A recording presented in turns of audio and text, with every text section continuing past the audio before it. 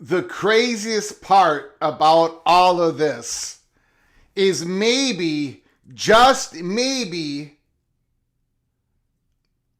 that Nebraska has not only done this once, but twice. Two different times. They called the Big 12 potentially to get back into the conference. Holy smokes. We are live. Welcome to College Football's Peek Around the Corner with your host, Greg Pflugar. We cover everything in college football because we love everything in college football. And if you do as well, please subscribe to our channel. Smash the like button if you like our content. Share the video. Ring the notification bell. We've got a lot of new subscribers over the last month. A lot of new subscribers. Thank you so very much. But remember, new subscribers, make sure you ring the notification bell because we can come on live at any time. So buckle up, brace for impact. We are live. If you want to support this college football's independent Rebel Outpost channel with a donation, help us keep the lights on and grow the channel, just hit that $ where you make your comments and I'll get you super chat as quick as I possibly can. Welcome everybody into the studio that sits on the corner, the very corner of Keith Jackson Parkway and Kurt Gowdy Avenue. Do not be afraid to become a legend. I've been taking a quick look in the chat room already. it looks like a lot of Big 12 people are going to welcome you back, Nebraska. Come on back. All is forgiven. All is forgiven. I'm going to say stuff here. Again, this is why I am the most unpopular college football YouTube channel in the country. Because I get people mad at me. And I'm going to get people mad at me today. But it ain't going to be the Nebraska Cornhuskers fan base that gets mad at me. Because they're not the problem. They're not the problem unless you count the fact that they have too much loyalty to the university, to the sports teams. Because they just keep coming back, buying ticket after ticket after ticket after ticket for the football program, when they have the Nebraska Cornhusker fan base, a passionate, extremely large, extremely vocal, extremely committed, that incredible fan base. They keep coming back, and the Nebraska at Lincoln's leadership has been dismal over the last decade. It has been an absolute train wreck.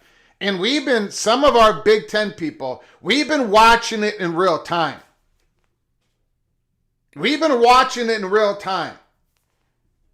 I'm going to be kind here.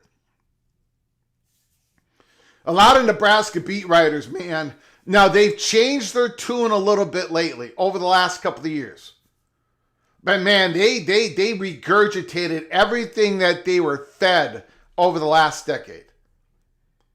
We all knew that there was not a person, not a Purdue person, not an Illinois person, not a Minnesota person, not a Buckeye, not a Wolverine, not anybody. Not anybody believed that Scott Frost was ready to be head coach of Nebraska. No way. After that first press conference, after that first year, the way he conducted himself, nah. And of course, some Nebraska fans, of course, they wanted to believe in their quarterback who led them to the national championship. They went 13-0 at UCF. But a lot of Nebraska fans were like, damn, that guy was not going to work. What are we talking about today? We're talking about Bill Moose, the former athletic director of the Nebraska Cornhuskers from 2017 to 2021, has written a book out in the open, out in public. I haven't gotten the book. Maybe I'll go to the library and read it. Maybe I'll take pictures of certain pages. There are excerpts out there. People have taken pics of certain pages, and we're going to go over some of them in this live show. But Bill Moose knew that Scott Frost was too immature to be a head coach in the Big Ten. I mean, that was really obvious. And he knew it. They knew it before they hired him. But politically, they could not let him go to a Tennessee or wherever else he was talking to. Politically. But when it came to football decision, they knew they had a bust on their hands. And they fed that. They fed that to the Nebraska Cornhuskers fan base. Of course they wanted Scott Frost. Of course Nebraska fan base wanted Scott Frost. But you as an athletic director who did the interview, who did the background check, knew this wasn't going to work. You were told this. But that's not what we're even talking about today. That's not what we're even talking about today. We're talking about Nebraska seriously contemplating leaving the Big Ten to go to the Big 12. In 2020, 2021,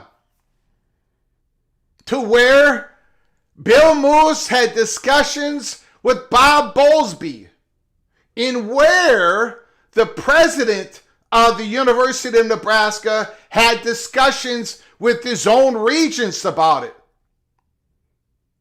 Now, this is where I get a lot of you upset. I'm sorry to say this. Big 12, I love you, Big 12. I love you, Big 12. I love watching the Big 12. But it is absolutely, fundamentally, 100% asinine for Nebraska to go back to the Big 12 the way it is now. The way the Big 10 is now and the way the Big 12 is now, even back in 2020, 2021. Maybe someday that will change. Maybe someday the Big 10 will fracture and Nebraska doesn't get to go along with the top elites. Maybe they will, maybe they won't. And maybe the Big 12 will be the best home for Nebraska. But not in 2020, 2021. Not in 22, not in 23, not in 24, not in 25, not in 26. Now you might say, Greg, you're being harsh on the Big 12. You are being harsh. I never heard you talk so negatively about the Big 12. I'm not. But you do not give up a Big 10 invite. You do not walk out of the Big 10 to join the Big 12. Sorry, I'm being honest. You don't do that. You don't give up that money advantage, that exposure advantage. You don't give that up, not just for your football program, but for your volleyball program. Do you think Nebraska's volleyball? Come on. You're not going to give up $350 million over the next 10 years, and that's the low estimate of how much more money you're going to make in the Big 10 than in the Big 12. That would be asking Kansas. Kansas, you should go to the PAC conference, the Pac-12 right now. You're going to make $35 million less every year, but you know what? You can win the Pac-12 football conference. You can win the basketball No, Kansas ain't going to do that. Kansas ain't going to do that. You got to be bonkers. Vox Quindaro, Flugar showing them elite county skills. I might be off a little bit here and there, but you understand what I'm talking about? I'm not ripping on the Big 12. I'm ripping on Bill Moose. I'm ripping on Ted Carter. I'm ripping on Ted Carter. Now, Greg, you can't do that. He's the president of the Ohio State Buckeyes. What the hell were you thinking, Ted Carter? They even welcome that conversation. They even go to your Board of Regents with that ridiculous idea. And by the way, this might not be the first time. It might not be the only time that Nebraska has flirted to go back to the Big 12. It probably isn't. We're going to go back in time. We are going to go back in time. We've had people, the PATC family members have reminded me of a certain story back in, I'm not going to give that up right now, but back in time, it sounds like Nebraska flirted. What are you doing, Nebraska? What are you doing? Rodney Green, the chancellor, not the president, the chancellor of Nebraska in 2020, 2021, he said, according to Bill Moose's book, Rodney Green said, and I'm paraphrasing, we're going to go through the excerpt together, but I'm paraphrasing. Rodney Green said, you even leaked this out. I'm paraphrasing. I'm not getting the exact words. I'm throwing in some words for dramatic purposes. All right. Rodney Green basically said, this gets out there, I'm finished. I'm finished if we go back to the Big 12, the idea of us going back to the Big 12, they're gonna put me on a cart and they're gonna push me out of this university. The faculty, the regents, of course. But Bill Moose talks to Bob Bosley, and Bosley, of course, see Bob is saying the Big 12 commissioner, like, sure, I think we can do this. I think we can even give you a full media share.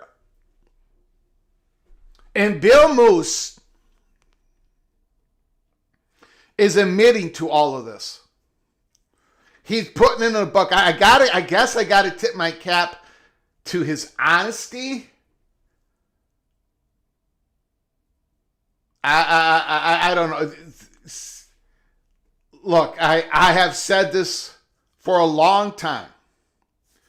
And of course I've been saying this since I've opened up this YouTube channel 4 years ago. Nebraska fans, they are the most screwed people in college football right now. Because they give, and they give, and they do not receive back. They don't. They have more potential. They've got more going for them than just about anybody else. And they've had the worst leadership. And it has been known throughout the Big Ten. And I'll say this. Remember when Ted Carter, the president, we went over it a couple of years ago. We did a couple of live shows on it. When it was reported out of Nebraska, 3 different publications, including Steve Sipple. McEwen was another guy. The Omaha newspaper, when they reported that Ted Carter was telling everybody, we might get kicked out of this conference if we don't get our act together with academics. Maybe Ted Carter believed that they might get kicked out of the Big Ten. Now, I'm opining here because the Big Ten figured out that the Nebraska Cornhuskers actually were in discussions with the Big 12 to return to the conference. My question now is, Nebraska, are you all in or not? Are you all in or not? Because I'm going to tell you something, Nebraska. Almost every Big 12 fan base is saying, do it. Come back to the Big 12. Come back where you can. Come back. You are a better fit in the Big 12. Well, let me remind you something, Nebraska. Every single one of those Big 12 schools, if they would get a call from the Big 10, they would be happy to replace you in the Big 10. They'd be happy to replace you in a nanosecond. They would say yes before Petiti could get the official offer out of his mouth. Holy smoke. So we are going to go through that story. Lincoln, Nebraska. I don't think Nebraska's thinking about leaving the Big Ten, but man, you never know. I mean, what horrific, a lack of fundamental understanding of the college sports space, the leadership at Nebraska. Completely, and the COVID excuse, you're going to have 1 year you're going to go back to the Big 12 because of the COVID year. But see, as far as I know, and read what I've read, that has not been the excuse that Bill Moose says, that's not what they're focusing on when they were trying to possibly go back to the Big 12. One of the reasons what they were talking to the Big 12 because was travel issues. Well, the Big 12 had to go national. It is one of the most incredible things I have read. in a long time. We knew that the leadership at Nebraska was terrible. It was even worse than we could ever had imagined. This is a football program. A football program that spends more money on football than 14 of the Big Ten schools, football programs. Okay? But they haven't had a record above 500 in conference play for 9 straight years. 9 straight years. This is a Nebraska football team that defeated Cincinnati this year, who finished above 500 in the Big 12. They beat Colorado the year before, that finished above 500 in the Big 12 2 years ago. But they can't beat Big Ten teams. It ain't because of the location. It's because you've had embarrassing leadership. Bad coaches, bad athletic directors, bad decisions over and over and over again. Have you ever read the Athlon, the magazine, year after year, where they have anonymous coaches talk about Nebraska? Go back into those magazines. Go back and read the last 10 years of what those anonymous coaches have said about Nebraska going into the next year, They don't understand Nebraska. They don't understand what they're doing. They don't understand the recruiting. I talked about it in X for years. Scott Frost recruited the stars, like the 4 stars. The 4 stars that everybody passed on. I'm going to give you one name. Alante Brown, the wide receiver. I think he's on his 4th or 5th team this year. When Nebraska got him, and they said, oh, another 4-star for Nebraska. And I talked with people in the 247 industry. It's like the 4-star play that everybody else passed up on, including Minnesota. That's the type of guy that Nebraska has been getting for years. Look at their NFL. They don't send people to the NFL anymore. It's not because of the school. It's not because of the fans. It's because of the horrific leadership at Nebraska.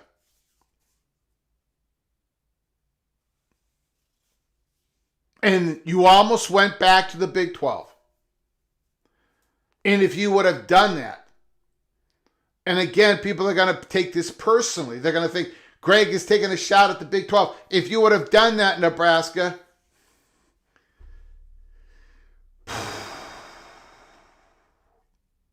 man, that would have been an historical bad decision for the university. And that's not a shot at the Big 12 again. That's like Iowa State going to, you do not give up that money. You do not give that exposure. You do not give up those relationships. You just don't. Iowa State would take Nebraska's place in a heartbeat. Kansas State, and Nebraska's talking to Bob Bowlesby and going back to the Big 12. We're going to get into all that and more Tuesday, February 10th. We're also going to be talking about Apollo.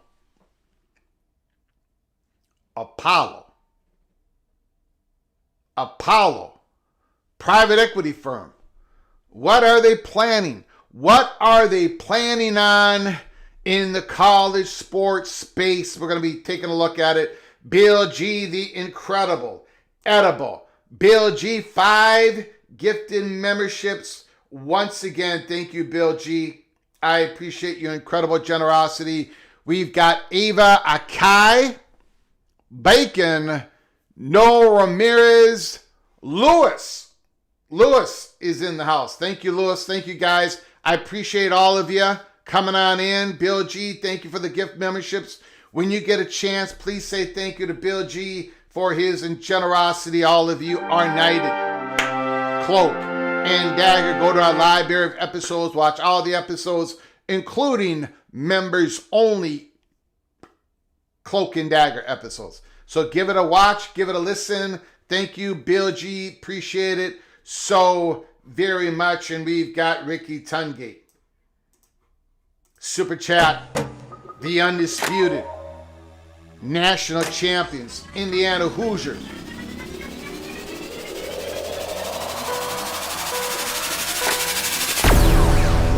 Nebraska isn't giving up the money. You would not think so, right? You would not think so. But they did talk to the Big 12. They did talk to the Big 12. And they might have done it more than once. They might have done it more than once. We are going to go back into time. We are going to go into a time capsule here at PATC. And we're going to talk about another story that came up years ago about the Big 12 and Nebraska. Thank you for the $10 holler, Ricky Tungate. Appreciate it. Again, Super Chat, Super Seed, everything else, and then phone calls. I appreciate it. Okay. Let's do a quick roll call here. Again, thank you for joining us. Tuesday, February 10th, Jay Chapman is in the house. Movie Time Blues is here. Chris Kinney is here. Nebraska will eventually end up in the SEC. Interesting. Bracket Cat. Buckeye Greg is in the house. Vox Quindaro. Rod Stormy Cyclone. Stephen Vitt. John Boxleitner. Yun is in the house. Illini Ted. The Fighting Illini. Morris Simmons. The Seminole Win is back in the town. Taytown Hawk is here. Taytown Hawk is in the house. Orange Hoof. John Dry. Ryan Brooks. Nebraska is a famous boneheaded fan. I bet he's losing his mind. Well, that boneheaded fan said that he declared that Oklahoma, what did he say about Oklahoma? Their program, the athletic department, football program is disappearing. They just went to the college football playoffs last year, but they're disappearing because they went to the Southeastern Conference. He said that Oklahoma should not have gone to the Southeastern Conference, that they should be back in the Big 12 because the program is starting to disappear. Right after they went to the college football playoffs. While his Cornhuskers haven't finished above 500 in conference play for 9 straight years. They've lost 30 straight games to ranked teams.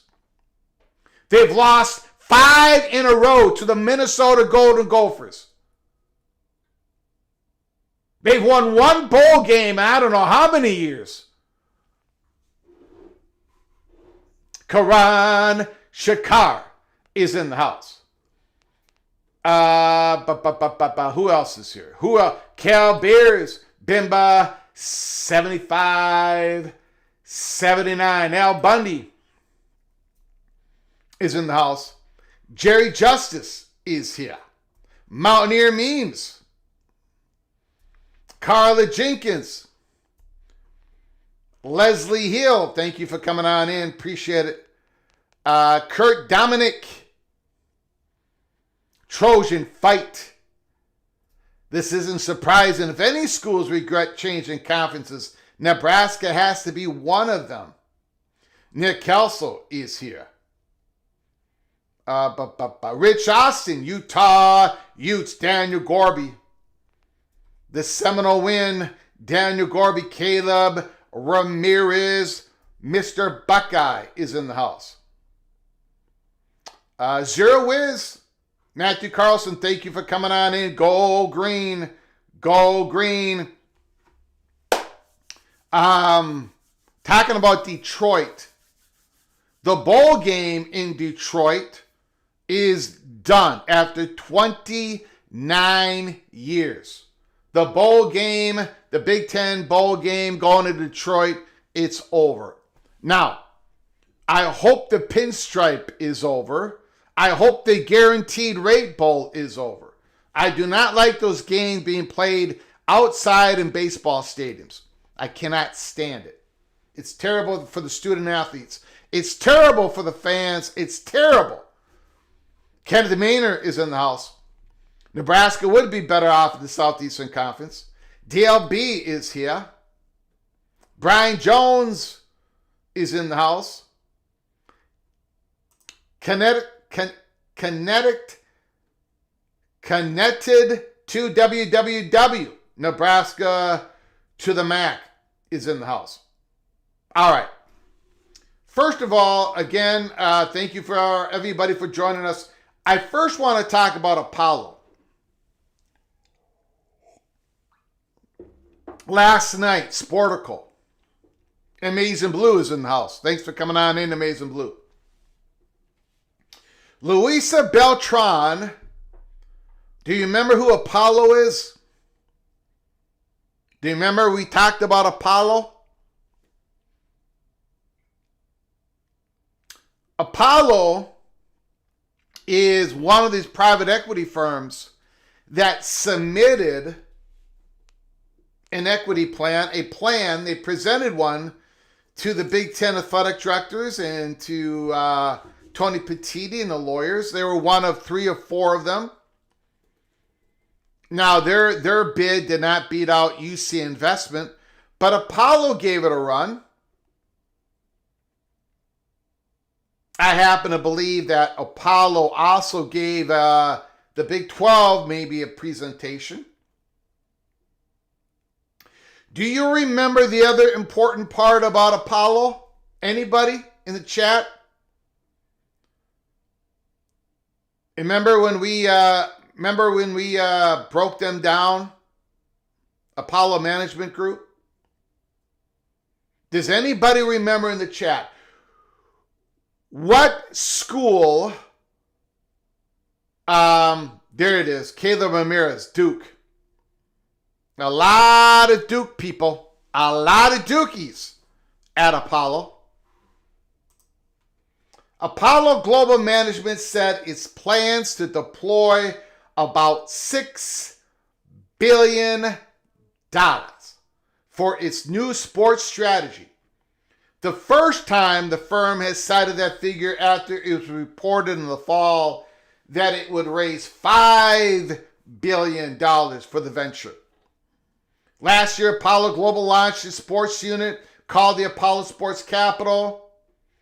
ASC is permanent capital, which is different from private equity funds and typically have a 10-year lifespan. So it basically is a credit hybrid opportunities in franchises, leagues, venue, media, and events. So it's sort of like, it reminds me of what the Big 12 is trying to do with Ortro Capital and Redbird Capital. It's not a 20-year thing. It's not a 30-year thing. It's a 10-year lifespan. It's more of a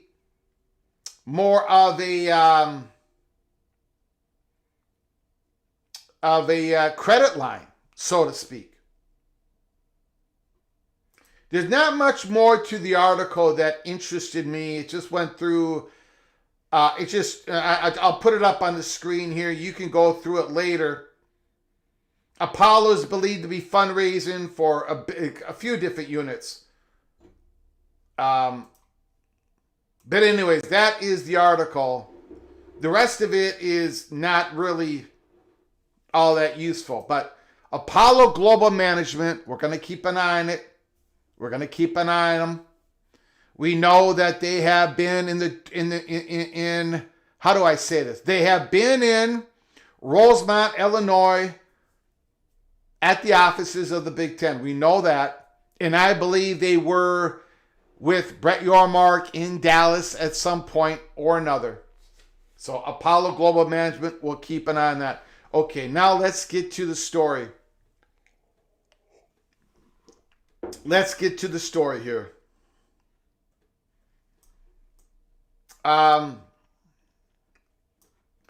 Bill Moose. Taylor on the tube. Thanks for coming on in. Wasn't Brett Yormark supposed to make an announcement today? According to Brett Yormark, that is true. But the Big 12's X account came out and said, whoops, it's Wednesday. It is Wednesday they're going to make the announcement, whatever announcement that is. And I think that pertains to the Big 12 Conference basketball tournament, but I'm not sure on that. All right. Bill Moose, the former athletic director of Nebraska, has written a book. We got few of the excerpts, all right? We're going to talk about them.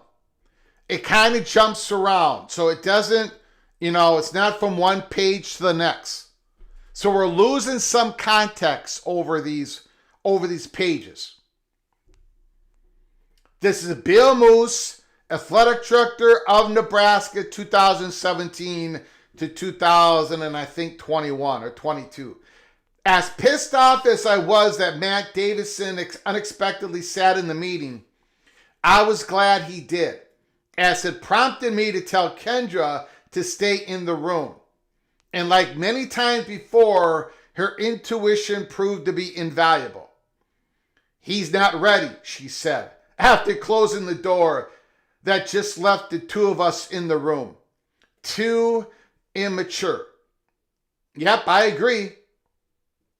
But if I don't pursue him, this is Scott Frost, with everything I've got, and he ends up at Tennessee or Florida, I'm screwed.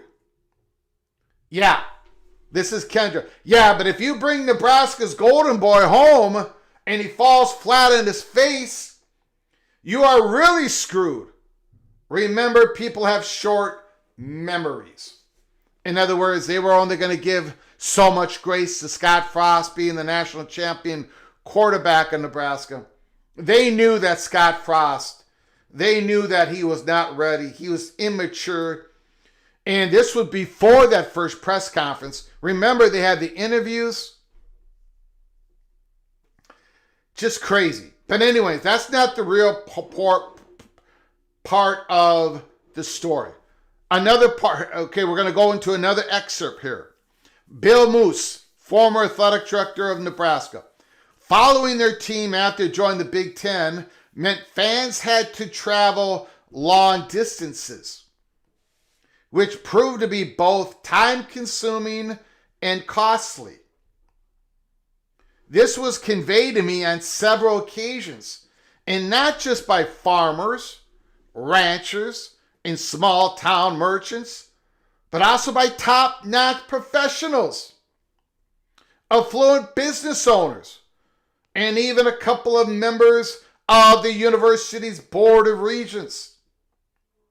Knowledge of this prompted me, Bill Moose, the athletic director, to implement my cloak and dagger approach, my stealth approach, to exploring possibilities by secretly testing the waters of returning to what was still known as the Big 12, even though it consisted of just 10 members. Again, we do not have every page of this.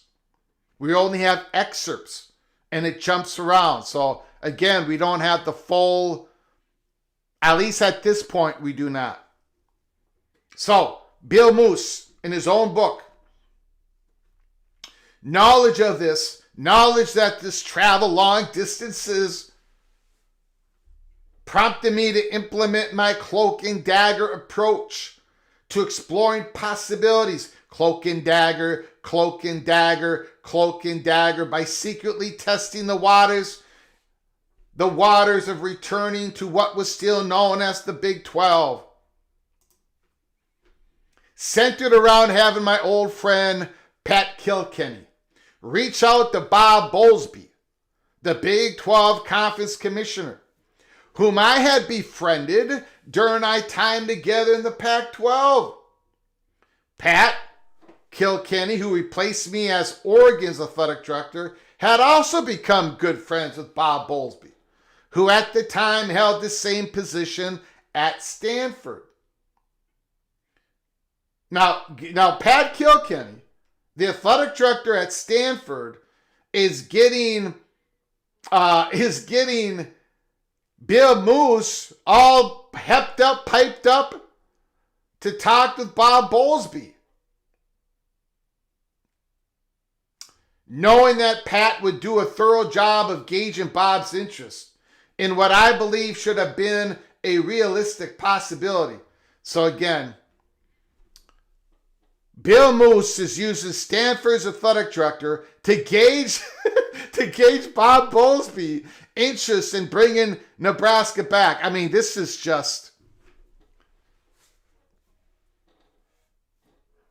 the clown show without the clown car. But anyways, knowing that Pat would do a thorough job of gauging Bob's interest in what I believe should have been a realistic possibility, most of my energy remained focused on securing a football schedule.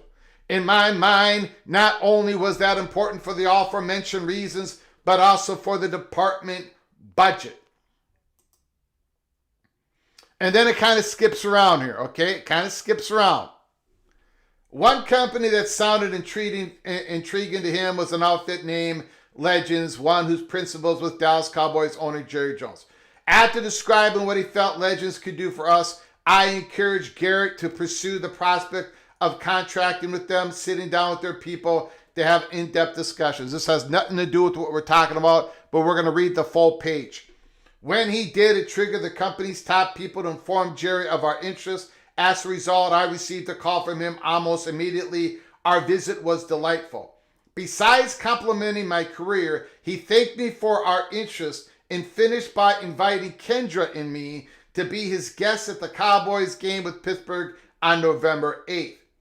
As it turned out, traveling to Dallas was not only enjoyable, but also valuable. As the morning following the game, I had a wonderful and promising meeting with an old friend.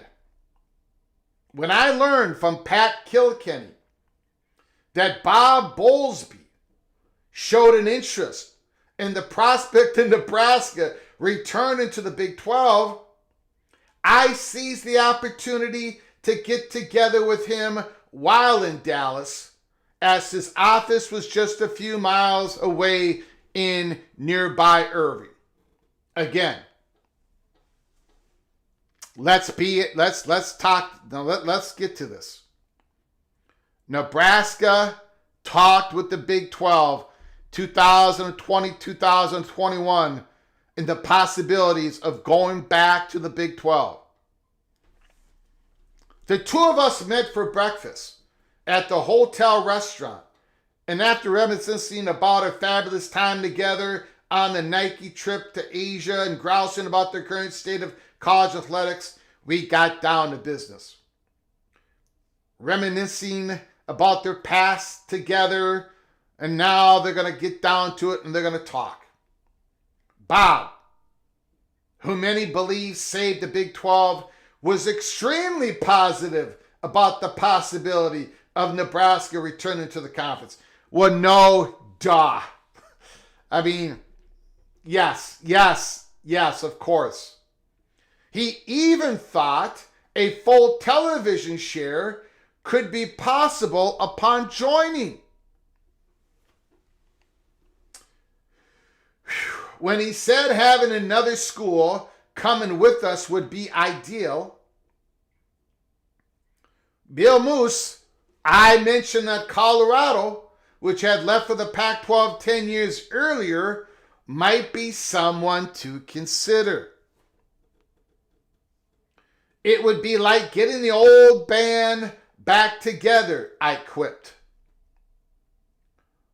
Bob sounded optimistic about my proposal, as did President Ted Carter.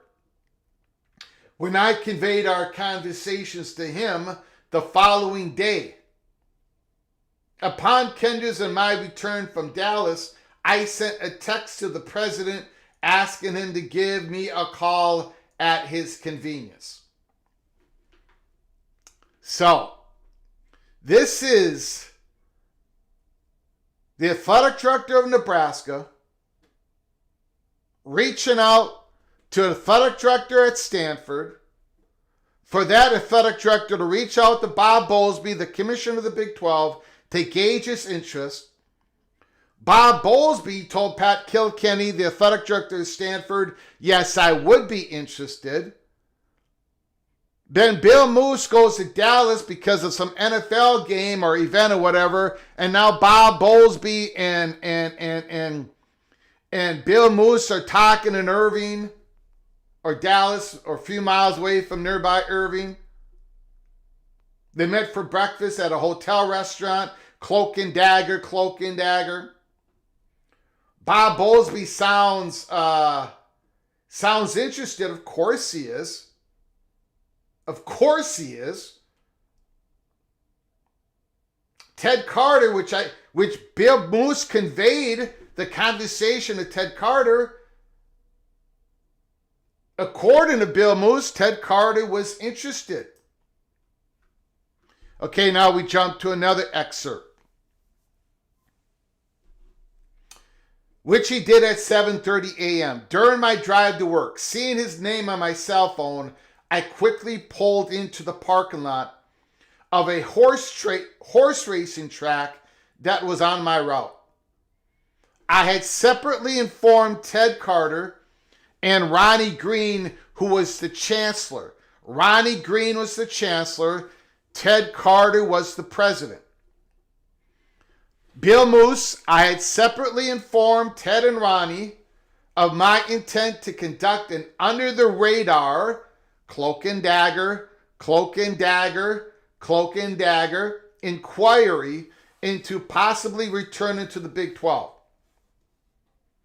Ronnie's response was that if that were to occur, if that was to happen, he would probably receive a vote of no confidence by the faculty. Ted's reaction, however, was far different.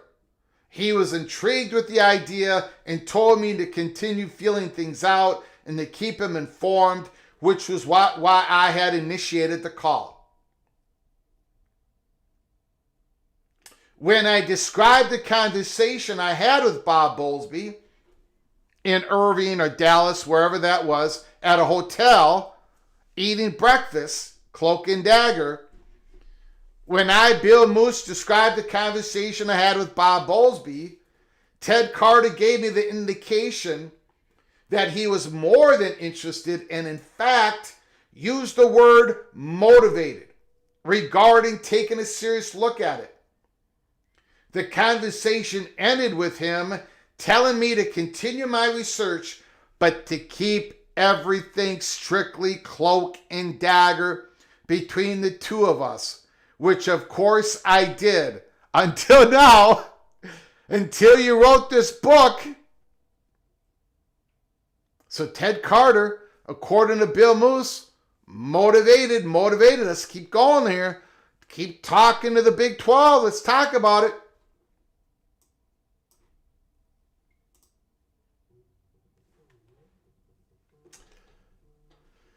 And then we jump to another excerpt.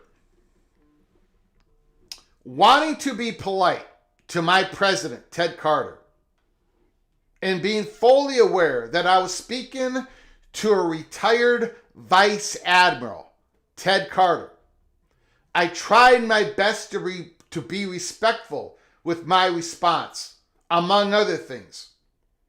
I warned Ted Carter about the backlash that would result from the decision, and then attempted to strike a chord that, per her earlier request, I believe was just between the two of us.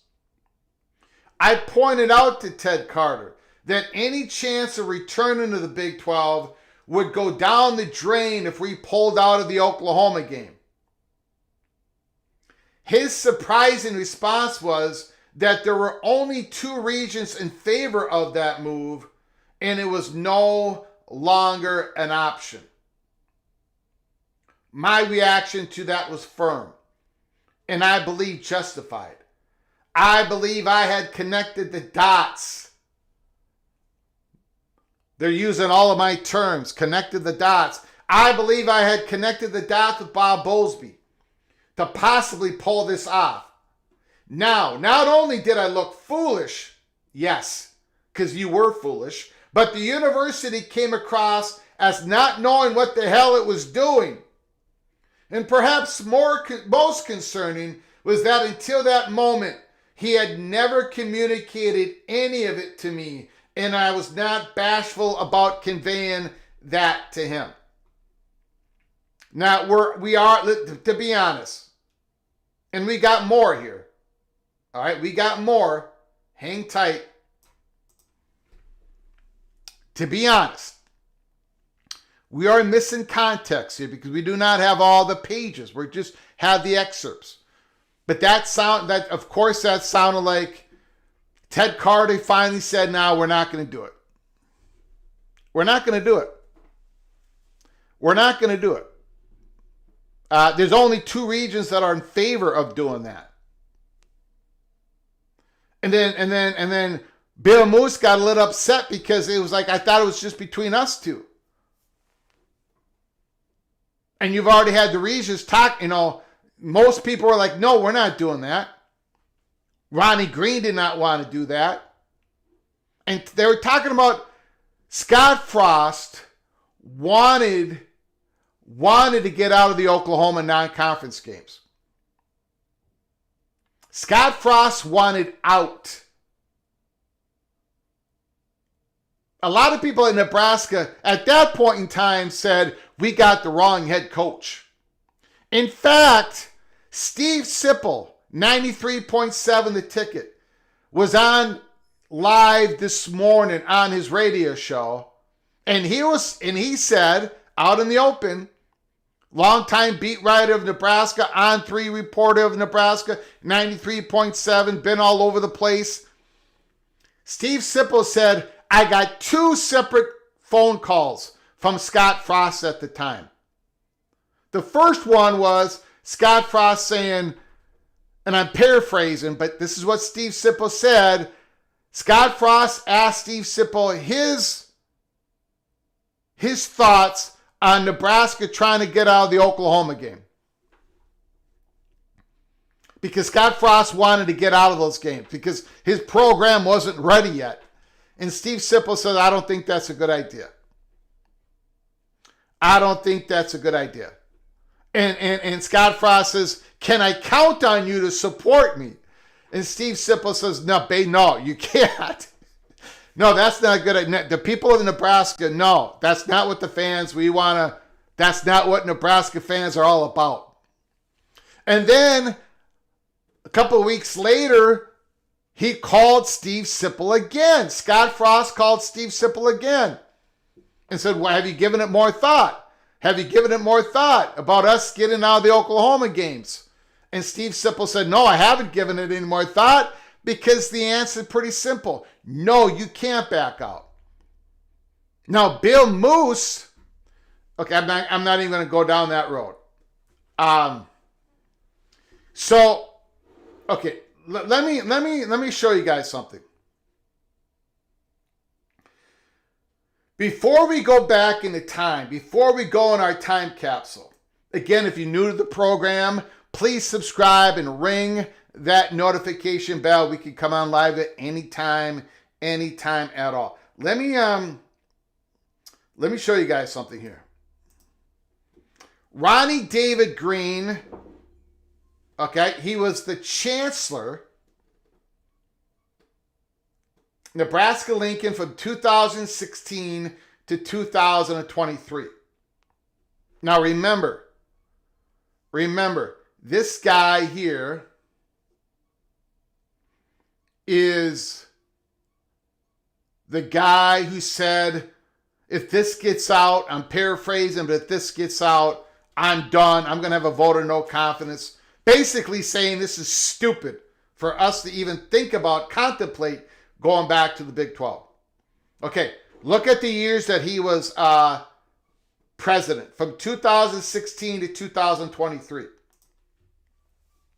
Ted Carter became the 8th president of the University of Nebraska, January 1st, 2020. 4-year tenure. Okay? William H. Moose. Bill Moose. I don't know why people are talking about Bad Bunny or anything else as a college football program. Not sure why people I don't like the trolling. I don't like the trolling, Big Gun Shop. Cut out the trolling. William Moose.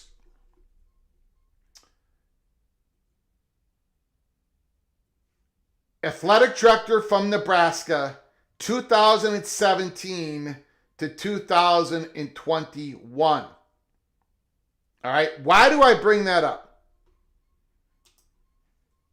Because the overlapped Ronnie Green, Ted Carter, Bill Moose, they overlapped in 2020, 2021. Okay? Those are the 2 years they overlap. So this happened in 2020, 2021. Bill Moose basically, he literally got run out of, he got run out of Lincoln. He left, but he got run out of town. Basically after Ted Carter in the Board of Regents, and this stupid idea was completely shut down. Okay, why am I bringing that up?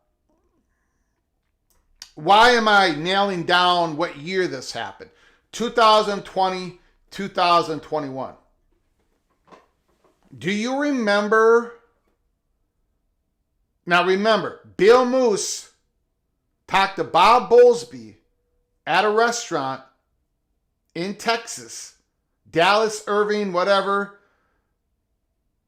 saying that we should maybe get the old band back together again, Nebraska, and we should bring in Colorado.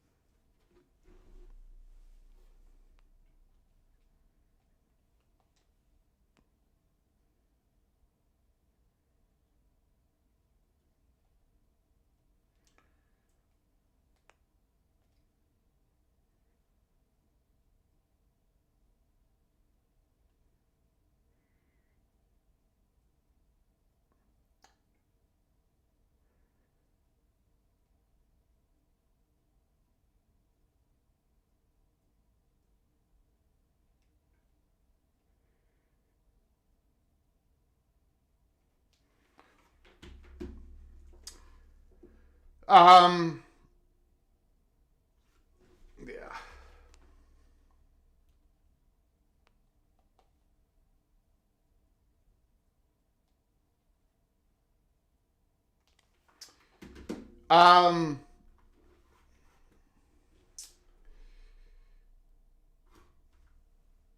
Remember back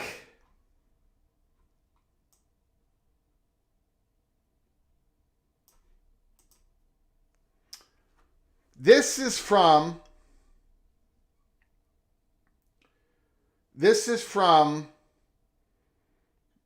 Big 12 Heartland. This is an article that was written back in 2017.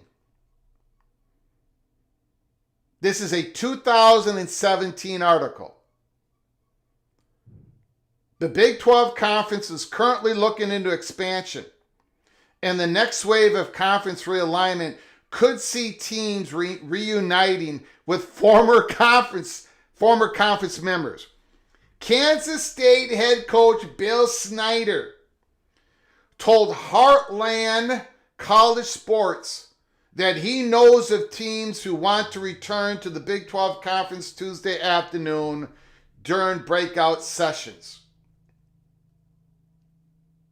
I may be wrong, and other people may see it differently, but I don't think anyone could be in a better situation than the teams we have in our conference, Snyder says. I'll tell you what. There are teams that left our conference right now that wish they could get back in our conference. Bill Snyder, back in 2017. Snyder did not mention which schools want to rejoin, but he did respond to a follow-up question by saying, 2 I know of. He was talking about 2 of them. He wasn't just talking about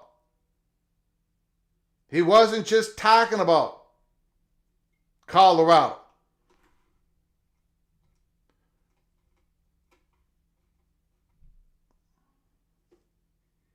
This comes 1 year after Snyder publicly stated that there are some teams he thinks the Big 12 Conference should consider that no one is mentioning during the 2015 Big 12 Media Days press conference. The discussion started when Snyder was asked about the stability of the conference and if he thinks it will survive. Snyder responded with a positive message for Big 12 Conference fans. Some people can say, well, so-and-so could bolt off and go somewhere else if they don't get what they want. Snyder said, where do they go? Who is in our conference right now that could go somewhere else and be better than they were where they are? The Big 12 Conference announced during its teleconference Tuesday afternoon that it is looking into the possibility of adding 2 to 4 teams. Colorado and Nebraska left the Big 12 Conference in 2011. Nebraska is currently in the Big 10 while Colorado is in the Pac-12. Texas A&M and Missouri both to the Southeastern Conference. And remember, this was 2016, not 2017. This was a 2016 article. And everybody believed at the time, if Bill Snyder was spitting truth, he was talking about Colorado and Nebraska. He wasn't talking about Missouri and Texas A&M.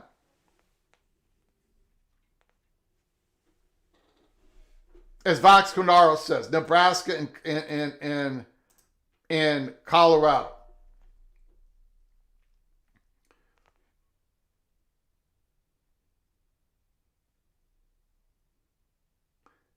So, did Nebraska, have they done this twice? Have they done this twice? Have they reached out to the Big 12 twice? Since leaving the Big 10? Remember we've already brought this up during the episode. You remember how the President Carter talked about how fearful the Nebraska was? He was sending emails out there about how they were going to get kicked out of the conference if they don't pick up the research. And the interim president, after Carter left, the interim president, before their new one now is Dr. Gold, but before that, the interim president also said the same thing in interviews. We've got to kick it up a notch. We got to get better. Is it because Nebraska was so afraid that they could not reach what the Big Ten wanted them to as a research university that Nebraska has been looking for an exit hatch? There is a very strong possibility that this has happened more than once. We know that it's happened once. Bill Moose has laid it all out there. But it is a strong, in my opinion, very strong possibility that it's happened more than once. And it can't be just about the travel. Ted Carter was afraid that Nebraska wasn't the right fit for the Big Ten. But Ted Carter also, remember, Remember, I'm going to give President Ted Carter some grace here. He wasn't president for very long when Bill Moose went to him with this plan to cloak and dagger talks with the Big 12. President Carter had just become president. He came from Navy. He was an admiral from Navy. And of course, Bill Moose used that to his advantage. And then Carter got the blowback from the regents. None of them wanted that to happen. Ronnie Green did not want that to happen. And then when Bill Moose, when Carter delivered the bad news to Bill Moose, you saw Bill Moose's reaction. I thought it was just going to be between us two. This is our time to strike. Bill Moose knew that he had hired an absolute, I'm going to be kind, but he knew that he hired a head coach, a football head coach, that was not even close to being ready to be a head coach in the Big Ten Conference. That was so obvious from day one. And Bill knew that he had and so it was panic time. But did Nebraska flirt with the Big 12 before 2020 and 21?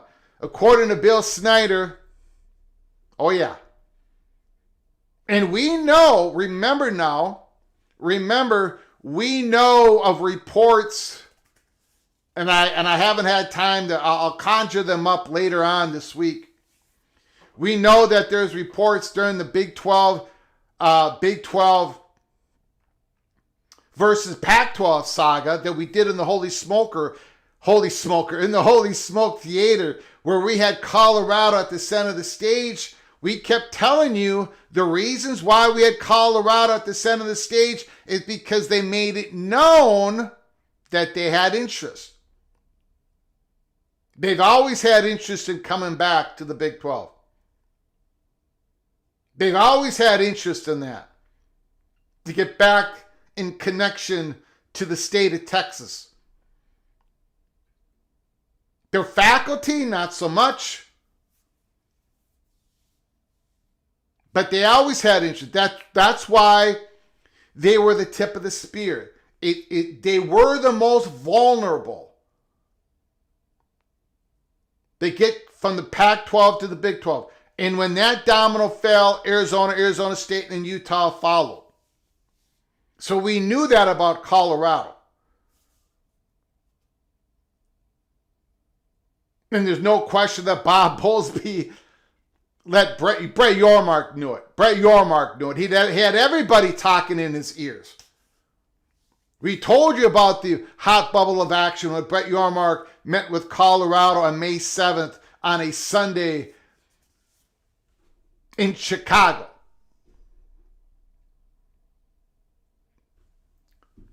So Nebraska. Now you got Ted Carter, the president of the Ohio State University. And what have we heard? What is the cloak and dagger that we have been telling you about what Ted Carter wants? Remember, Ted Carter was the president of Nebraska when Bill Moose hatched up this plan.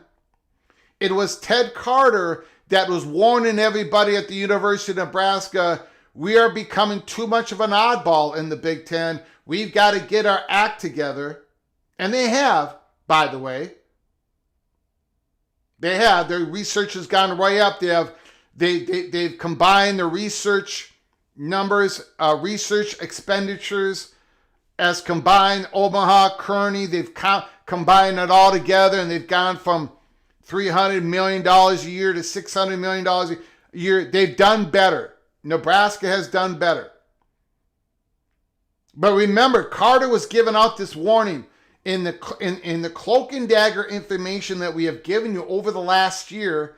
Is President Carter says, if we're going to expand, and the Big Ten wants to, if we're going to expand, the universities that we bring in are they're going to have a high ceiling when it comes to research. They're going to have a high ceiling. We're not going to bring in we're going to bring in somebody that is viable, alive, healthy, university, endowment pretty big, research pretty big, because he learned at Nebraska that was basically the edge. They can't go lower than that. In other words, you can't get more odd. That you're just not going to make it in the Big Ten. And we've talked about how the Ohio State University, for the first time in the first time ever, they have the political receipts. Remember, they acquiesced to the Oregon, Washington inclusion of the Big Ten. We gave you that information in real time here at Peek Around the Corner. During that whole episode, we gave you that whole, in real time, we told you the Buckeyes are not interested in, they were not a yes vote for Oregon and Washington. Ohio State wasn't. Iowa wasn't. Nebraska was. But Ohio State wasn't. But they acquiesced. And when they acquiesced, they took control of the next expansion for the Big Ten. So the next expansion of the Big Ten goes through Ted Carter, especially after this UC investment deal that went belly up, in which Ted Carter curried a lot of favors from other Big Ten university presidents and whatnot. You're talking about connecting the dots. Bill Moose he tried to connect the dots. He went through a Stanford athletic director, current at that time.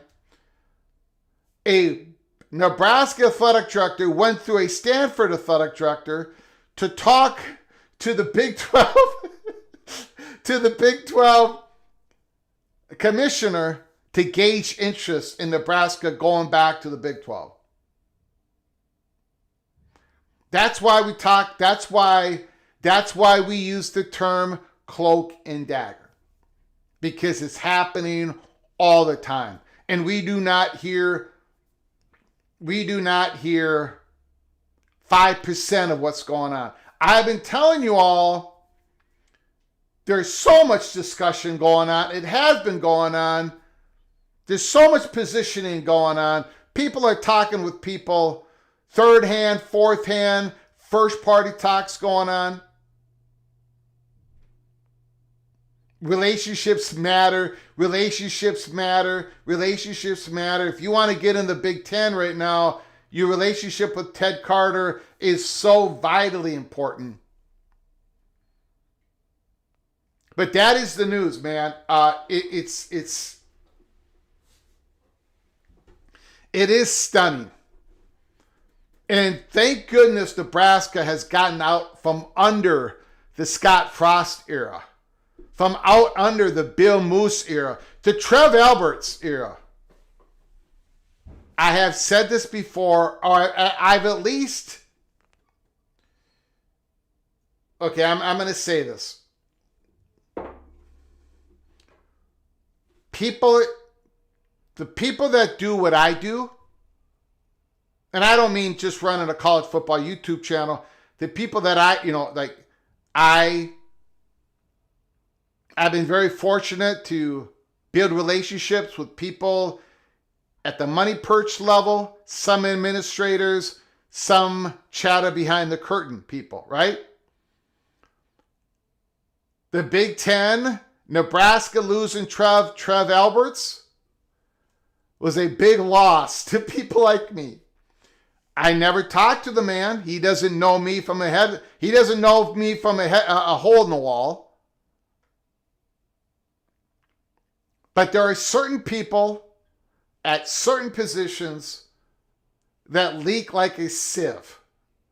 And that's as far as I'm going to talk about that. But it is Nebraska. I don't know I don't know if their current athletic director is going to be the guy who turns it around. I do not know that. But I know the last couple were not. And I don't know about Matt Rule, but I know the last couple were not. Not the people that turn around that program. But anyways, that is the story. We're going to get to your phone calls in a second. Evil Badger, Super Chat.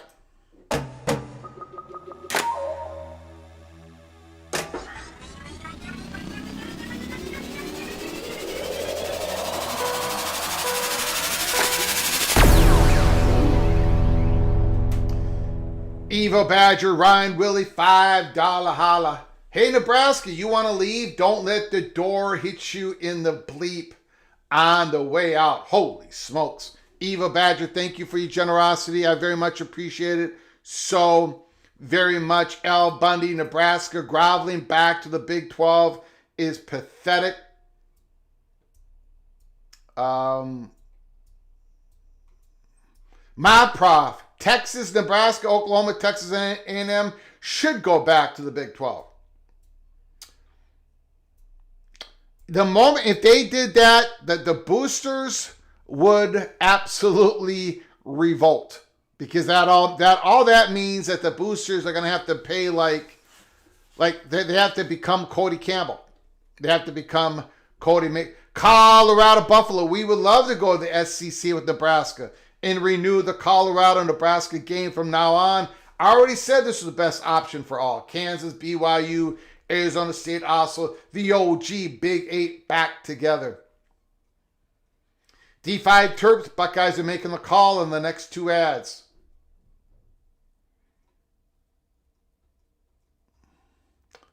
We're going to open up the phone lines here. I'm a joker. I'm a smoker. I'm a midnight toker. Don Scruggs. Kansas City research spending last year was $368. Nebraska was $366. I think if you look at the 2024 numbers have come out in the last month, I think you should take a look at the 24 numbers. I think Nebraska's is higher than that.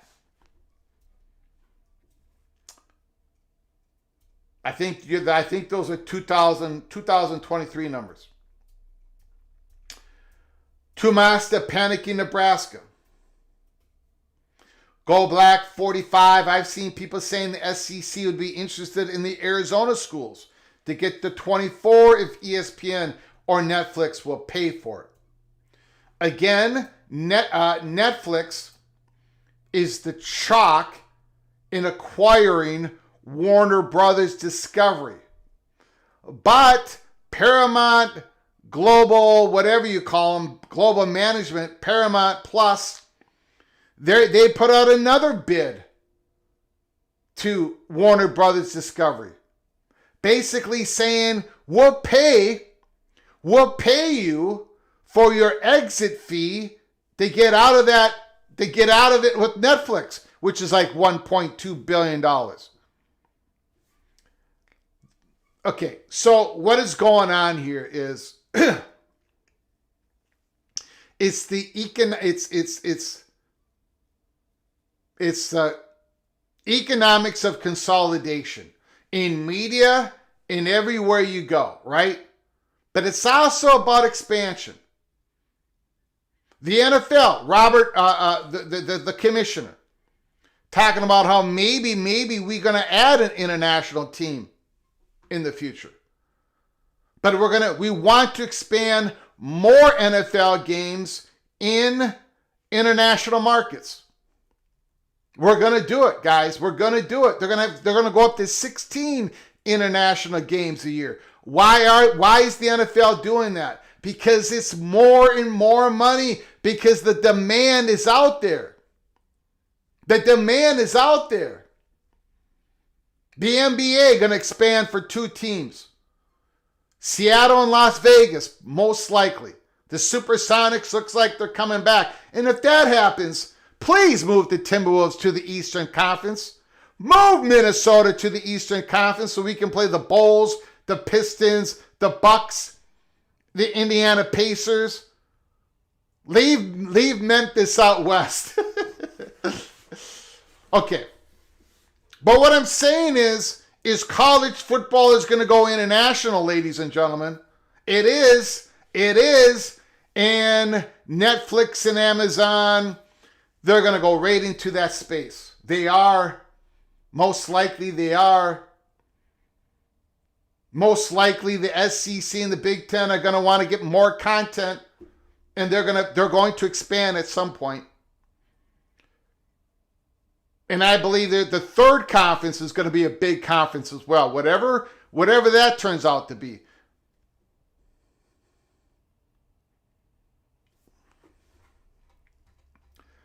We're going to get to phone calls in a second. We have a generous super chat from Jacobra Cat.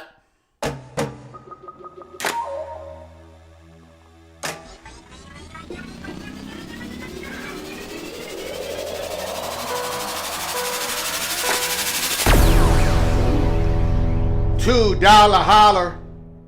Exile Nebraska for handsome Wild Utes team or Kansas? Interesting. Thank you for the $2 holler, Jacobra Cat. Thank you for your generosity. I very much appreciate it. And again, I don't think look, there's no way Nebraska would ever. I say that now, but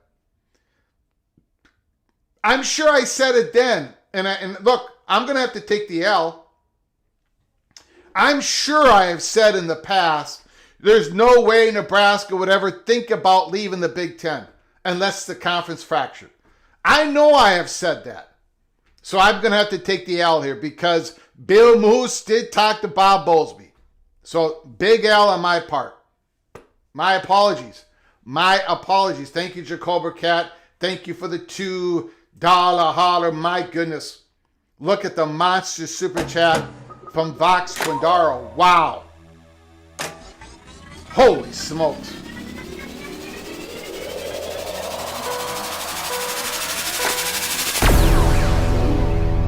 Happy St. Valentine's Day, Flugars. Thank you, Vox Quindaro. Thank you so incredible kindness once again. Rock Chalk Jayhawk. And of course, you all know what Kansas is doing. You all know what they're doing. If Nebraska would have left, they probably would have been replaced by Kansas.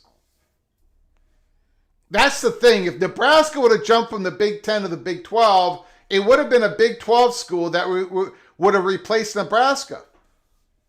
And it would have been probably Kansas. And now what Kansas is doing with the football stadium and all that, I'm sure when, because again, the Big Ten has gamed it out, right? They've gamed it out to 20. They've gamed it out to 22. They've gamed it out to 24. The SEC has done the same thing. They've gamed it out to 18. They've gamed it out to 20. They've gamed it out to 24. They've gamed it out if they go silo. The Big 12 have gamed things out. The ACC, if we have to backfield, they have gamed this stuff out. Right? You open up a drawer and there is the plans. If everyone's talking, so in the Big Ten, when they're trying to game things out, Nebraska is one of those schools that are like, yeah, let's bring in Kansas. Let's bring in Kansas. The Big Ten Network people, they're saying, let's bring in Kansas. I mean, you've got people supporting, you've got people sponsoring other people, and there's a difference of opinion. But Nebraska would be a supporter of Kansas coming into the conference. No question about it. Zero doubt on that. Nebraska fans would love to travel back to Kansas. Basketball, of course. Football, of course. Thanks, Vox Quindaro. Thank you so much for the $100 holler. Oh, my goodness. Thank you, Vox. Thank you for incredible generosity. We've got OBD done.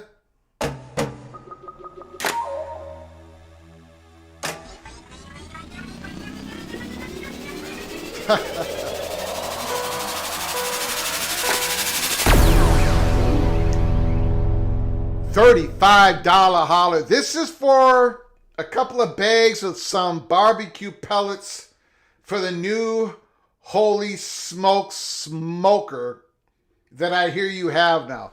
I don't have one. I just don't know how to talk. I do not know how to pronunciate my words.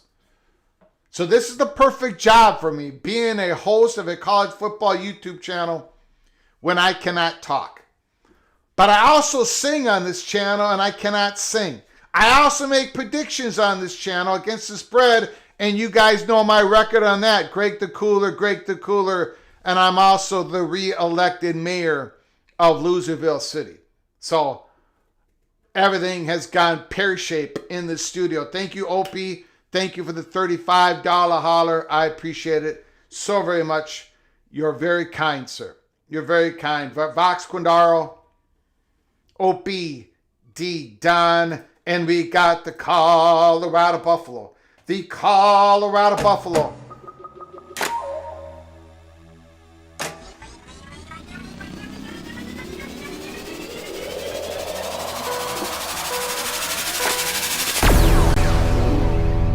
Greg, honest question and comment. Nebraska would be a better fit in the SEC. Bottom line is they do not like the Big Ten, and the Big Ten does not like them. Better cultural and delusional fit. What say you? Man, that's a good question.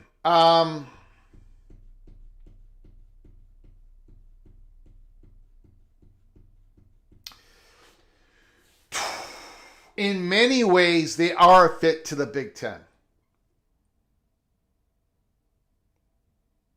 And look, there are factions at Nebraska that would absolutely revolt if Nebraska left the Big Ten. I mean, Ronnie Green said it. I would have a vote of confidence day one if this ever got leaked out, that we're even talking about it. So people at Nebraska, research people, faculty, and all that, you know, they would revolt. Now, the boosters and the fan base, I do think there are a lot of people in Nebraska that don't look too kindly at the Big Ten. I think a lot of them do, but a lot of them don't. The Southeastern Conference,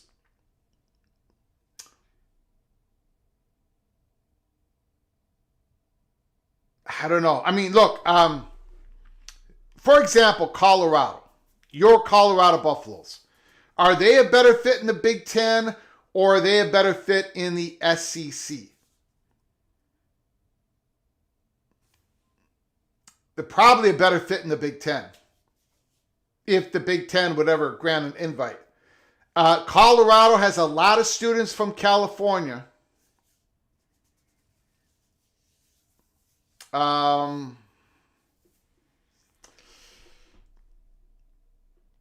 So everything being even,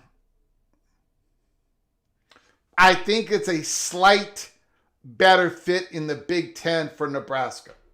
Slightly. Would the Southeastern Conference be interested in the addition of Nebraska if Nebraska, Lincoln, let them be interested in them? In other words, if they open the door in discussions. I don't know. Maybe. Nothing against Nebraska, but I think the Southeastern Conference would have more interested in a North Carolina, Virginia, that type of addition right now. A good question, and I think it's very difficult for me to answer that question, and it would not have been difficult for me to answer that question 3 years ago. So take that for what it's worth. Thank you for the $10 holler, Mr. Colorado. Thank you so very much. I appreciate you joining us. We got Gold Black 45, LSU Tiger.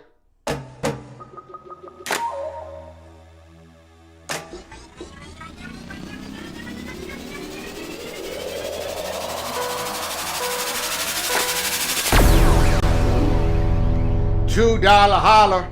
Any new money perch talk yet, Greg? Florida State, UNC, and Duke.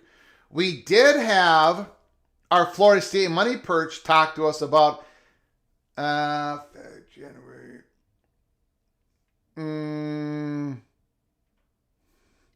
7 weeks ago, 7 weeks ago. We did get some communication from the Florida State money perch, but it wasn't really anything new. Remember, our Florida State money perch, the last information that I read to you all, that he was not optimistic about an imminent, soon-to-be invite from the SEC or the Big Ten. Remember, he was very crestfallen. I read the email.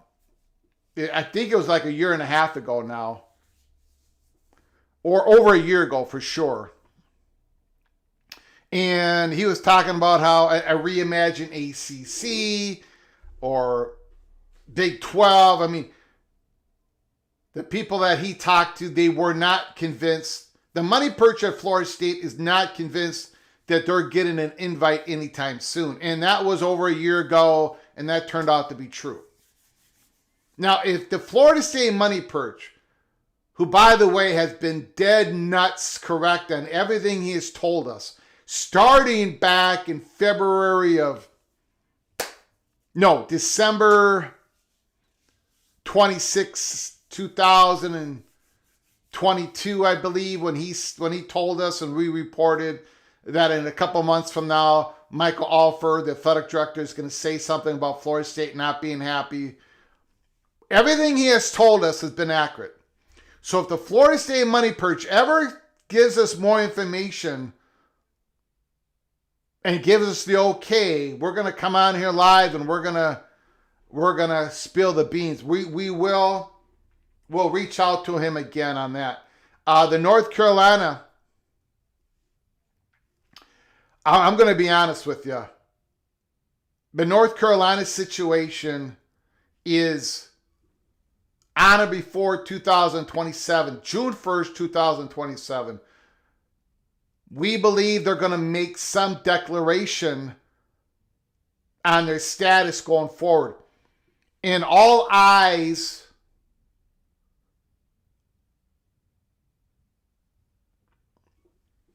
we just went through an article about Cloak and Dagger, about Bill Moose talking to Bob Bowlesby and using the Stanford athletic director at the time as a bridge. All eyes, the chatter behind the curtain, the money perch, all eyes are on the Board of Governors at North Carolina. The really good thing about this is there's not much, I don't know how to use this term. There can't be much cloak and daggering. There can't be much a cloaking and a daggering about North Carolina Chapel Hill's future before it goes public.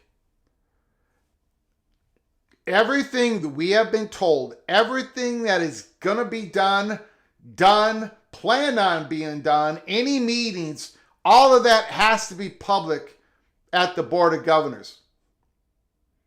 So there's this positioning, there's this talking that Chapel Hill doesn't have to revert to the Board of Governors, but eventually, the cloaking and the daggering stops and the Board of Governors begins. And that hasn't happened yet, but all eyes are on the Board of Governors. And the good news is it has to become public immediately when that happens. But that's all I got for you, Go Black 45. Thank you for the $2 holler. I very much appreciate it. We got Ricky Tungate, the reigning, defending, undisputed Big Ten national champions, the Indiana Hoosiers.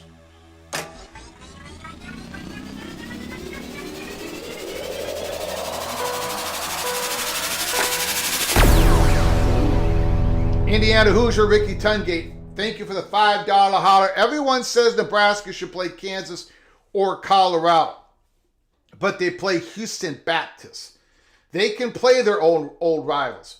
I'm not gonna dig at Nebraska for that. I'm gonna dig at Tony Petitti for that. Tony Petitti. Now, Nebraska just played Colorado and beat them. Nebraska just played Cincinnati and beat them.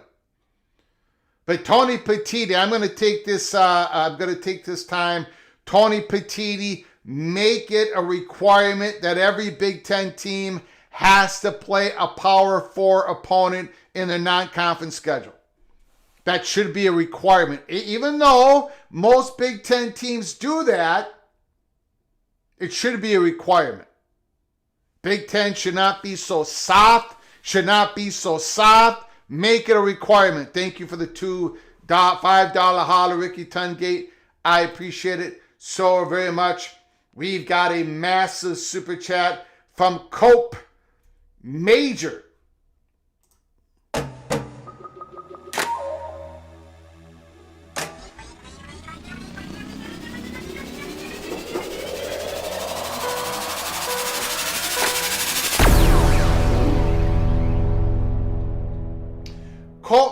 Cope, I know in the past I have said, I've called you Cope, and I don't know if that's incorrect. And I can't remember if you've told me that is incorrect. So let me know if I can call you Cope or is it Cop. Just let me know. But I don't think you've ever really yelled at me for mispronouncing your handle name. But anyways, give me an expanded SEC with Virginia, North Carolina, Duke, Florida State to the east. Add Arizona State, BYU, Colorado, Kansas. The West to reach 24. And the Big Ten gets Miami, Georgia Tech, Clemson, Notre Dame, Utah, Arizona. Pretty sweet. You know, there does seem to be a lot of SEC fans lately that are kind of warming up to the idea that the Southeastern Conference moves off this one region conference concept. If you consider Oklahoma and Texas, part of the Southeastern Conference region, which you don't have to. But in other words, I shouldn't say most, but there seems to be a warming up of the idea. If we go silo, if the Southeastern Conference goes silo, if we're going to bring on another, like a Netflix, along with ESPN, if we're going to do that, maybe we should look west of the Mississippi River. Maybe we should look at Colorado and other schools out west, Kansas, Arizona State, BYU. I see that more and more. The SEC fans would have never have said that before. But you can see it in the chat room at PATC. You can see it kind of like, okay, we're going to go alone. We're going to go alone. Maybe we should go to Colorado, Utah, Arizona State, Arizona, because we're probably going to want those political connections. Going to want those markets. Maybe they can help us internationally. Whatever the thought process is, the SEC fans are becoming less and less mortified by that idea, if I can say it that way. Thank you, Cope. Thank you for the incredible super chat. Thank you for your kindness, sir. I appreciate it. And again, let me know if it's okay I call you Cope or what you want to call me to call you. Thank you, sir. Appreciate it. Azon the Kid is in the house. Realignment almost always makes the teams who move conference worse off on the field and court. And of course, Jay Chapman, no SEC expansion without North Carolina. I think it's like Capo. Capo? Ooh, Capo. Okay, I'll try to remember that. Capo. Don Scruggs, can we keep the SEC regional, folks? Don Scruggs, I tell you. Can I give you guys all a secret about Don Scruggs? Oh my God! Don Scruggs and Wendy Scruggs. Wendy uses an iPhone. Don, her husband, uses the rotary phone. Don still uses the rotary phone. Just to give you a little bit of secret on what goes on in that household. Jayhawk Okie, thanks for coming on in. Kansas to the Big Ten. Elliot Howard, the Big Ten will leave the NCAA soon. Oh man, if those stories start to hit this offseason, buckle up. Buckle up. Buffalo, Colorado Buffalo likes what Capo said. Nebraska, Colorado totally lost the recruiting ground, folks. MBM, Oklahoma State Cowboy. Hey, that rotary phone has a 100-foot cord. Oklahoma State Cowboy is in the house. CL Treadler, who wants Miami outside of the ACC? Well, some people in the Big Ten do. Some people in the Big Ten do. See what happens. All right, let me get to the phone calls. I've been rattling on for a long time. I do apologize, everybody. Again, T-Town Hawk, I apologize. I did not see my God! Whoops. I did not see the $2 holler.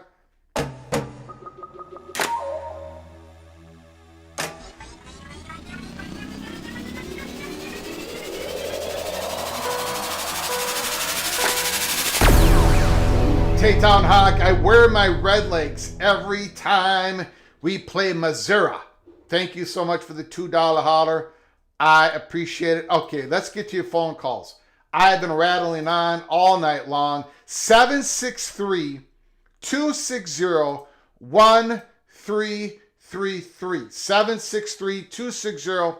763-260-1333. Give me a call. Let me know what you think about this Nebraska. It definitely happened. It definitely happened. And when we get more excerpts, or if I go and buy the book, if I go and buy Bill Moose's book, we're going to go through more of that. Let me know what you think, ladies and gentlemen. We're going to have a fascinating week this week. And it's only Tuesday. Buckle up. Call from Rick.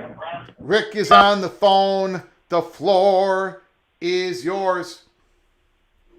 Hey, Greg. Woo! My goodness. Thanks for calling, sir. Yeah, you bet.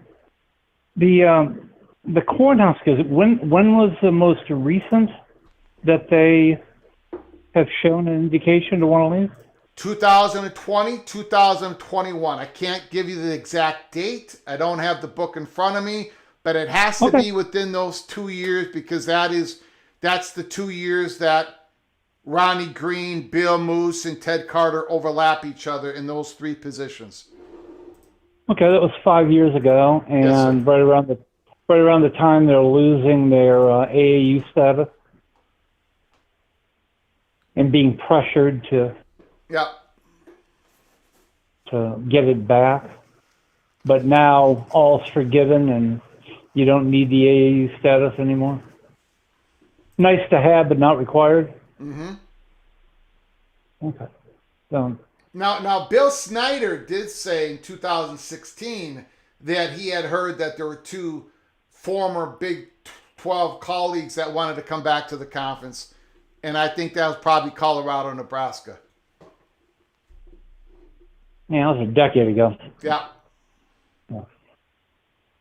And Apollo is interested in what conference? They submitted a private equity plan. I shouldn't call it, whatever the plan. They presented a plan to the Big Ten, and I believe they did as well for the Big 12, but that hasn't been publicly reported. But they did present a plan to the Big Ten. Okay. That did not, UC Investments beat them, though. It was defeated by UC Investment. Right, who later changed their mind. Yeah. Who who later changed their mind about overbidding. Yeah, okay. At that. If the SEC goes into a silo, does the Big Ten immediately do the same thing? Or do they become Big Daddy to the leftovers? Great question, Rick. Great question. I have asked the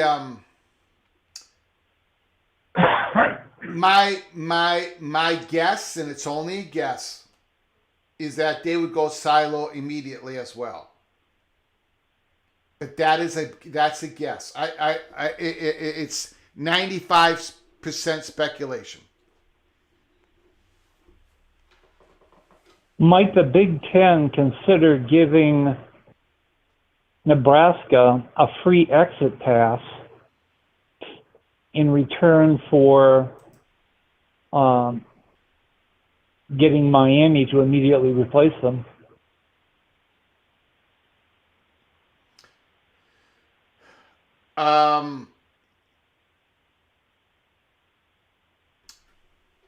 A free pass for Nebraska to leave the SEC and Miami would have replaced them?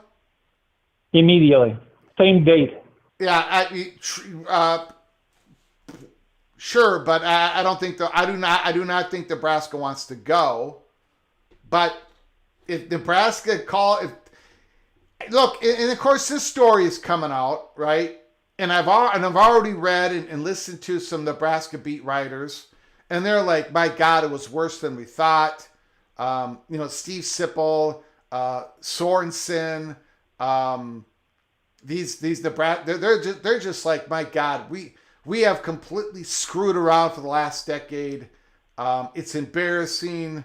So I don't think anybody in Nebraska leadership is going to come out and do any flirting with anybody else, because I think they know that they've got to button it up now and fly straight. But who knows, Rick? At this point, who knows? Well, I only mentioned it because it seemed like it would be a step up for the Big Ten.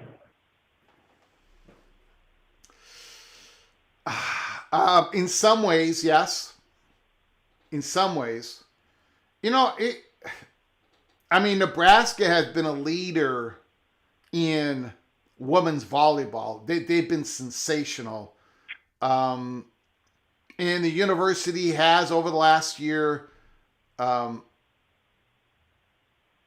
Nebraska's brand has been hurt. Okay? It's been hurt.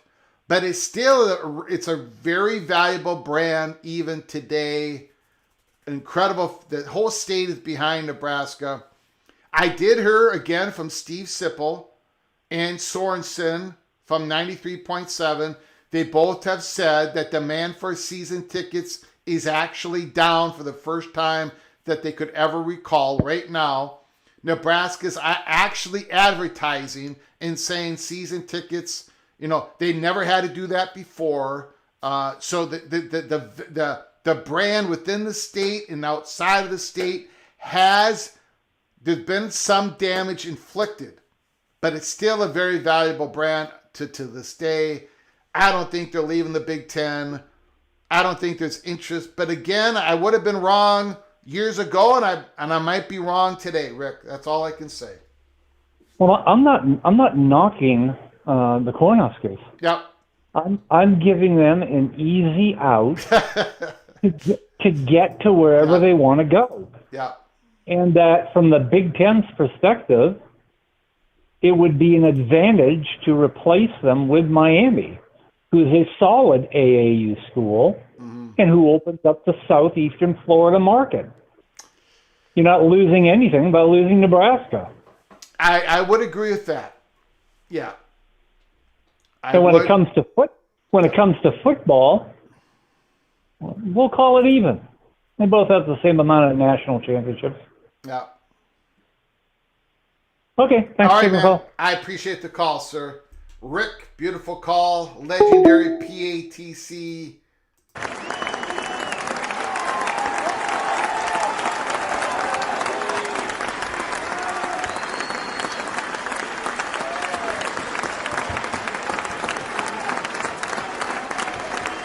Jansen Roberts, the Nebraska thing was something like 5 years ago. They're Big Ten people now.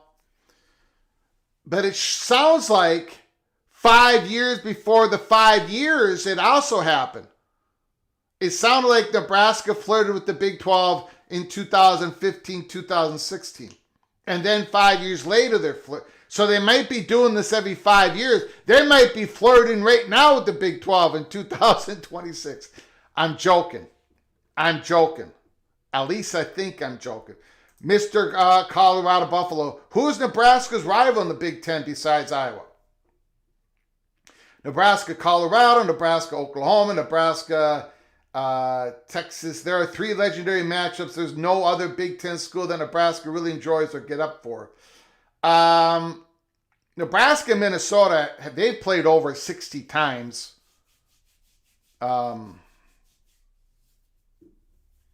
So there's that in Nebraska, Wisconsin.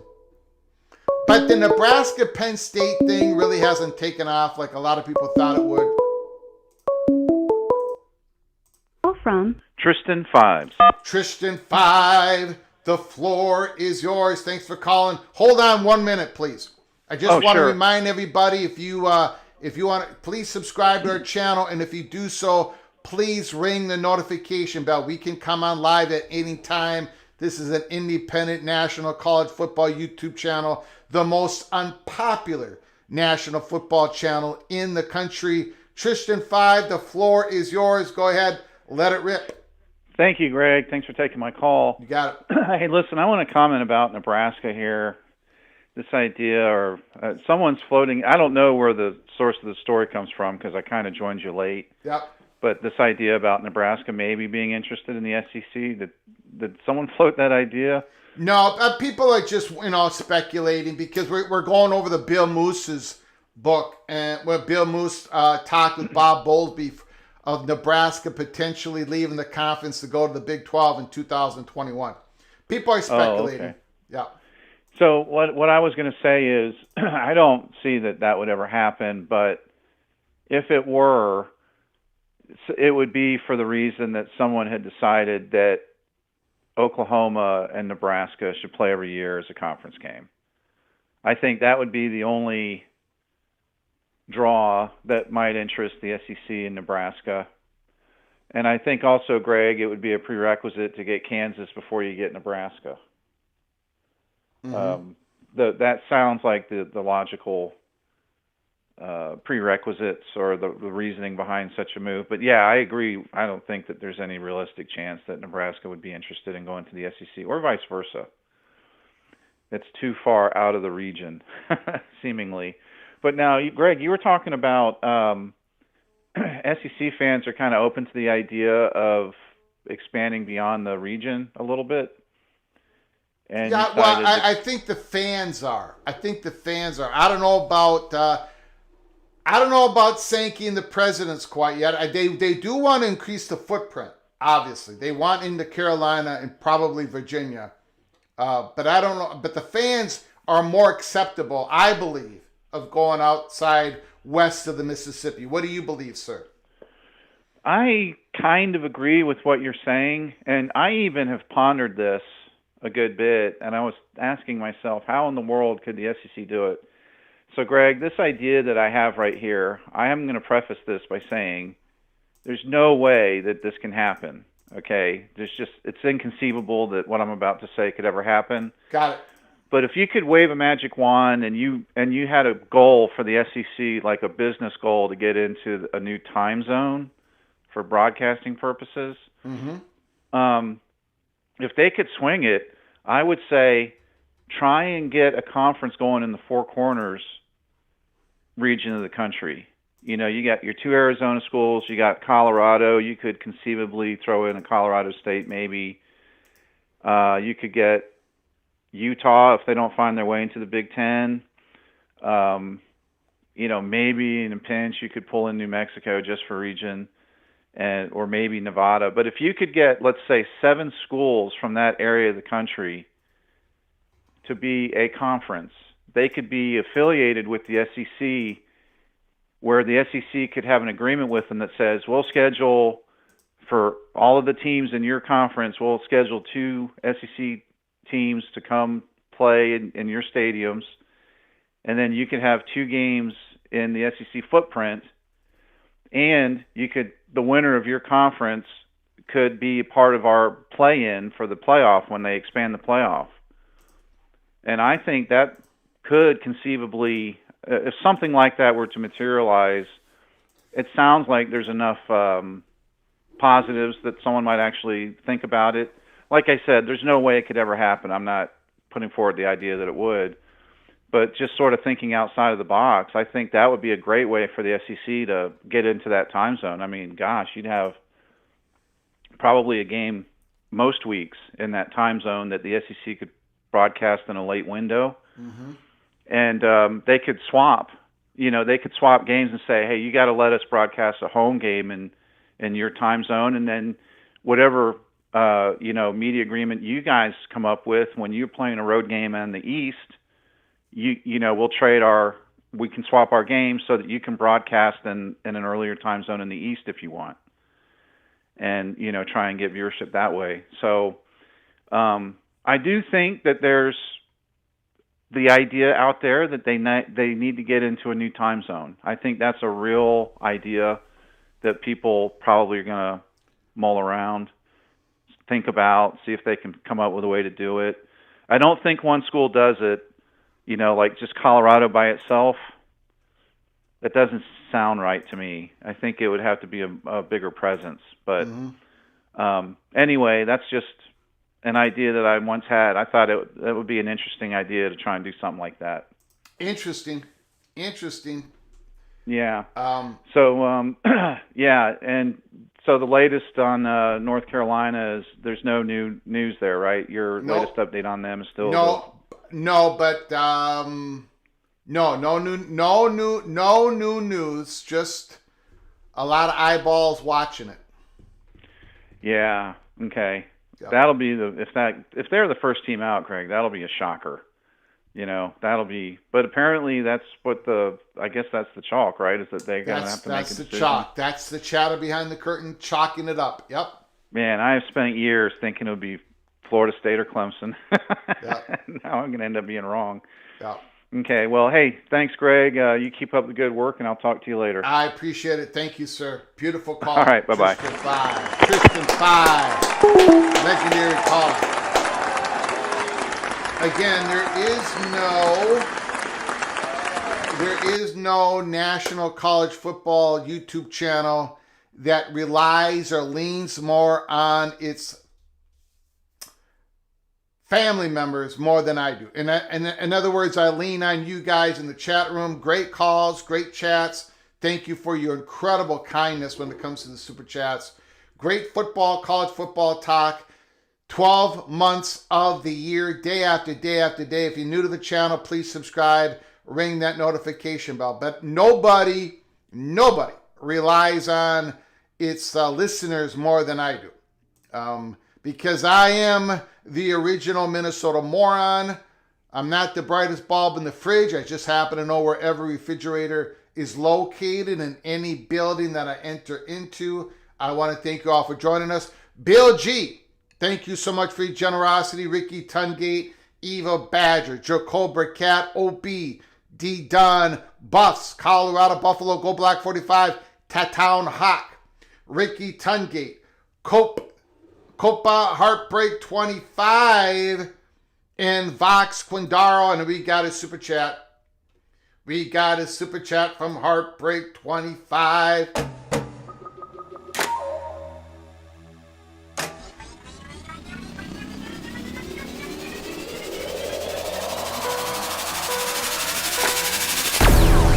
Nebraska should be a perfect fit for the Big Ten. It's working for all sports except for football for some reason. Even their basketball is doing great now. They're having an excellent men's basketball season.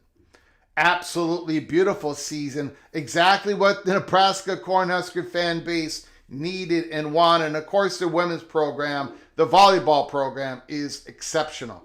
Anyways, I want to thank you all for joining us. We've been on the air for 2 hours. Come back tomorrow because we're going to be doing a live show.